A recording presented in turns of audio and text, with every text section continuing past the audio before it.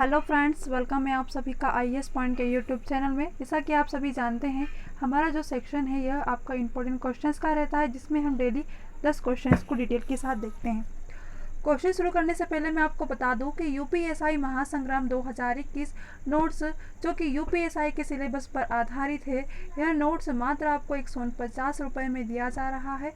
Syllabus में जितने भी टॉपिक है सभी कवर किए गए हैं, जो कि 250 पीडीएफ का संग्रह होगा, जिसमें टॉपिक टू टॉपिक होंगे। अब वो जो टॉपिक होंगे वो किस तरीके से होंगे, तो देखो, सामान्य हिंदी, मूल विधि, सामान्य अध्ययन यानी कि संपूर्ण जीएस, उत्तर प्रदेश विशेष, गणित, तर्क परीक्षण, कंप्यूटर और प्रमुख संख्या जैसे जो कई इंपॉर्टेंट टॉपिक है सभी कवर किए गए हैं।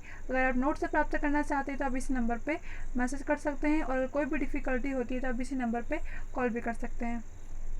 चलते हैं हमारे क्वेश्चंस की ओर। क्वेश्चन नंबर पहला है कि भारतीय संविधान के किन अनुच्छेदों में नागरिकता संबंधी प्रावधान दिए गए हैं। ऑप्शन है आपके पास अनुच्छेद 1 से 4, अनुच्छेद 5 से 11, अनुच्छेद 12 से 35 या फिर अनुच्छेद 36 से 51।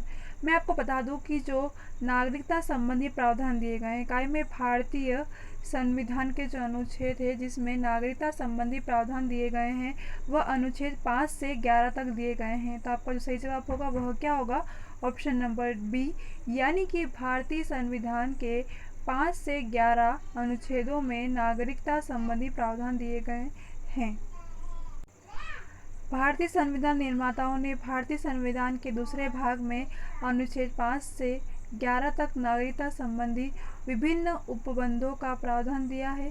26 नवंबर 1949 को नागरिकता से संबंधित 5 से 93 तक के अनुच्छेद को लागू किया गया था।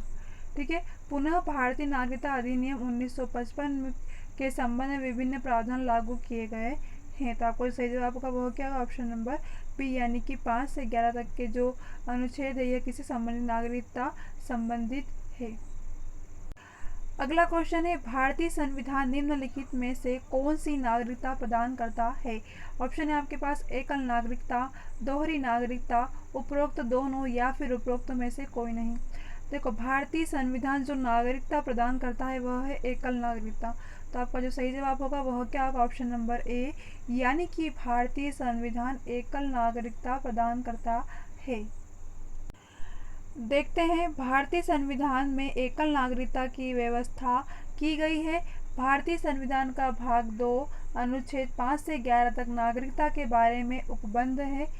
आपको अभी अपन देखा है कब से कहाँ तक, 5 से 11 तक क्या है, नागरिकता के संबंध में दिया गया है भारतीय संविधान के भाग 2 में। ठीक है। इसके साथ साथ भारत में ब्रिटेन के समान एकल नागरिकता का प्रावधान किया गया है। अगर आपसे कहा जाए कि किसके समान भारत के एकल नागरिकता का प्रावधान दिया गया है, तो आप क्या कहोगे कि भारत में ब्रिटेन के समान एकल नागरिकता का प्रावधान किया गया है। इसके साथ साथ भारतीय संविधान में कौन सी नागरिकता की व्यवस्था की गई है, तो एकल नागरिकता की व्यवस्था की गई है। अगला क्वेश्चन है, किस अनुच्छेद के तहत संसद को नागरिकता के संबंध में लागू यानी कि कानून बनाने का अधिकार प्रदान किया गया है। किसके? नागरिकता के संबंध में। आपको पता होगा अनुच्छेद 5, अनुच्छेद 9, अनुच्छेद 10 या फिर अनुच्छेद 11। अब देखो, इसने क्या नागरिकता के संबंध में कानून पूछा है, ना कि कहा है कि नागरिकता। तो जो नागरिकता के संबंध में जो कानून का प्रावधान है, किसका?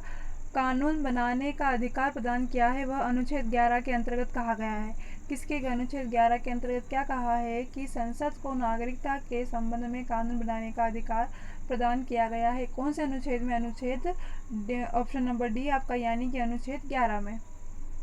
आइए देखते हैं, भारतीय संविधान के भाग 2 में 5 से 11 तक नागरिकता के संबंध में उपबंध दिए गए हैं। ये तो हमने चीज़ें भी देख ली है।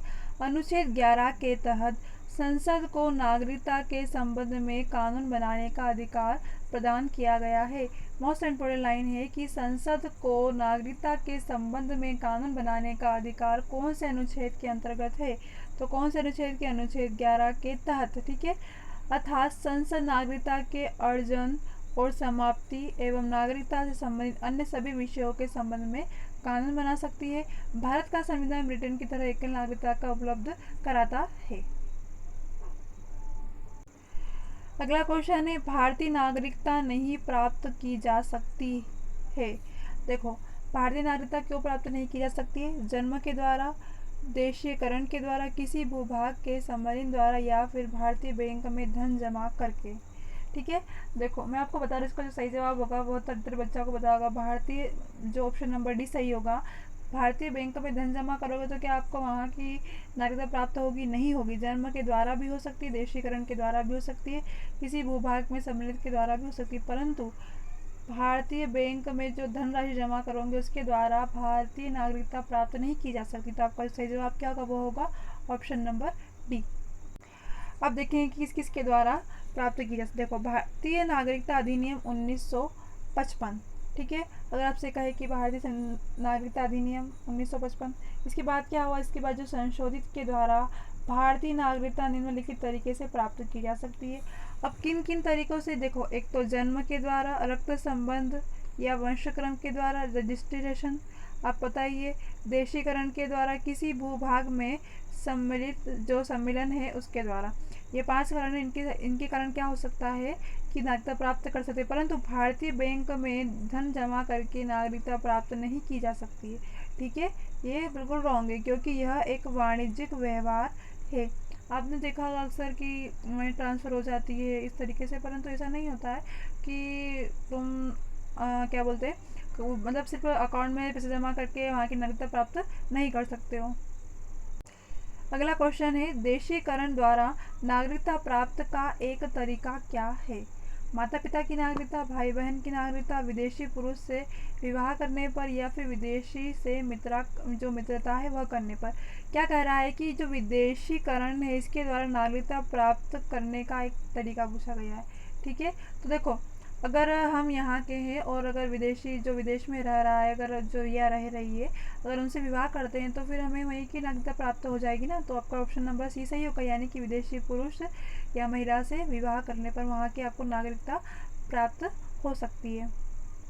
वही चीज़ देखिए रखी है कि देशीकरण द्वारा नागरिकता प्राप्त करने का एक तरीका विदेशी पुरुष से विवाह करने पर है। अगला क्वेश्चन है, नागरिकता बनने की निम्नलिखित शर्तों में एक आवश्यक शर्त है। ठीक है, नागरिक बनने पर जो एक शर्त है वह क्या है? ऑप्शन आपके पास राज्य की सदस्यता, उच्च परिवार की सदस्यता, उच्च जाति की सदस्यता, या किसी धर्म का समर्थन। ठीक है, तो नागरिक बनने के लिए सिर्फ आपको इतना है कि किस राज्य की सिर्फ एक सदस्यता है कि हाँ इस राज्य से हो, सिर्फ वही काफ़ी है। ऐसा तो नहीं कि आप उच्च परिवार के होंगे या उच्च जाति के होंगे तो ये आपको नागरिकता मिलेगी, या किसी धर्म का समर्थन करोगे तो मिलेगी। ऐसा नहीं है, ये तीनों कथन गलत है। सिर्फ यही सही है कि राज्य की सदस्यता होना ज़रूरी है, इससे आपको नागरिकता बनने के लिए सिर्फ यही शर्त क्या है? आवश्यक है। अगला क्वेश्चन है, पाकिस्तान में आकर भारत में नागरिकता प्राप्त करने संबंधी प्रावधान का वर्णन निम्नलिखित में से किस अनुच्छेद में? ठीक है, पाकिस्तान से आकर, मतलब पाकिस्तान में आकर भारत में नागरिकता प्राप्त करने का संबंध जो प्रावधान दिया गया है, अनुच्छेद दिया गया है, वह कौन सा है? तो मैं आपको बता दूं, जो अनुच्छेद 6 के अंतर्गत कहा गया है यह कथन। तो आपका जो ऑप्शन होगा वो क्या होगा? ऑप्शन नंबर ए, यानी कि पाकिस्तान में आकर भारत में नागरिकता प्राप्त करने संबंधी जो प्रावधान है वह अनुच्छेद 6 के अंतर्गत दिया गया है या वर्णित है। अगला क्वेश्चन है, नागरिकता के लोप होने का एक नियम है। परिवार से बिछड़ जाने पर, देशद्रोह का अपराध सिद्ध होने पर, भ्रमण के लिए विदेश जाने पर, या फिर शिक्षा के लिए विदेश जाने पर नागरिकता के लोप होने का जो नियम है यह क्या है? तो देखो, जब देशद्रोह का अपराध है यह सिद्ध होने पर ही कहा जाएगा कि आप क्या हो? देशद्रोही हो। वही चीज़ दी गई है कि नागरिकता के लोप होने का नियम यह देशद्रोह का अपराध सिद्ध होने पर होगा।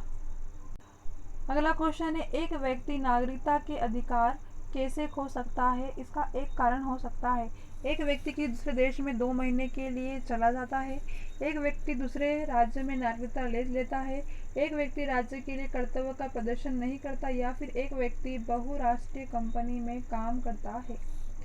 अब देखो, आपको बता दो, देखो ऐसा तो नहीं 2 महीने के लिए सब जाते हैं वीज़ा वगैरह लेके इस तरीके से। तो जो इसका सही जवाब होगा ना कि कैसे खो सकता है नागरिकता, तो जो व्यक्ति है, जो कि एक व्यक्ति जो दूसरे राज्य की नागरिकता ले ले, यानी कि मैं यहाँ हूँ और विदेश की अगर नागरिकता ले लूँ या राज्य की नागरिकता ले लूँ, तो वहाँ उससे क्या होगा कि उससे कि जो वहाँ पर पहले रह रहा था वहाँ की नागरिकता को खो देगा। तो सिर्फ यही कारण है कि वो नागरिकता खो सकता है, मतलब नागरिकता खोने का जो एक कहा गया है कि क्या कारण हो सकता है। तो एक व्यक्ति दूसरे राज्य की जो नागरिकता है वो अगर वो ले लेता है तो वो वहाँ की नागरिकता खो देता है जहाँ पर वो पहले रह रहा है। ये लास्ट वीडियो का क्वेश्चन था मेरा कि टीपू सुल्तान अंग्रेजों के साथ युद्ध में कब मारे गए थे। ऑप्शन है आपके पास 1857 ईस्वी, 1799, 1793 या फिर 1769 ईस्वी में। तो मैं आपको बता दूं कि इसका जो टीपू सुल्तान अंग्रेजों के साथ युद्ध में कब मारे गए थे, 1799 में मारे गए थे। तो आपका ऑप्शन नंबर बी सही होगा कि टीपू सुल्तान अंग्रेजों के साथ युद्ध में 1799, या कहा जाए कि टीपू सुल्तान की मृत्यु कब हुई थी, तो 1799 ईस्वी में हुई थी। देख लेते हैं। फूट डालो शासन करो की नीति चलने वाले अंग्रेजों ने संधि करने के बाद टीपू से गद्दारी कर डाली। क्या कारण के साथ गद्दारी कर डाली। उसके बाद क्या हुआ, ईस्ट इंडिया कंपनी ने हैदराबाद के साथ मिलकर चौथी बार टीपू पर जबरदस्ती हमला कर दिया। किसके साथ मिलकर, ईस्ट इंडिया कंपनी ने हैदराबाद के साथ मिलकर। इसके बाद क्या हुआ, आखिरकार 4 मई 1799 ईस्वी में मैसूर का जो शेर जो कि श्रीरंगपट्टम की रक्षा करते हुए शहीद हो गया। अगर कहा आपसे कि मैसूर का शेर या कहे तो आप किसको बोलोगे, टीपू सुल्तान। की मृत्यु कब हुई थी, 4 मई 1799 ईस्वी में। किसके द्वारा हुई थी, अंग्रेजों की गद्दारी के कारण। आज के क्वेश्चन हमारे यहीं पर खत्म होते हैं। अगर किसी भी क्वेश्चन में कोई भी डिफिकल्टी आई हो तो आप हमसे कमेंट सेक्शन में ज़रूर पूछें। चलिए मिलते हैं हमारी अगली क्लास में, तब तक के लिए आप सभी को बेस्ट ऑफ लक।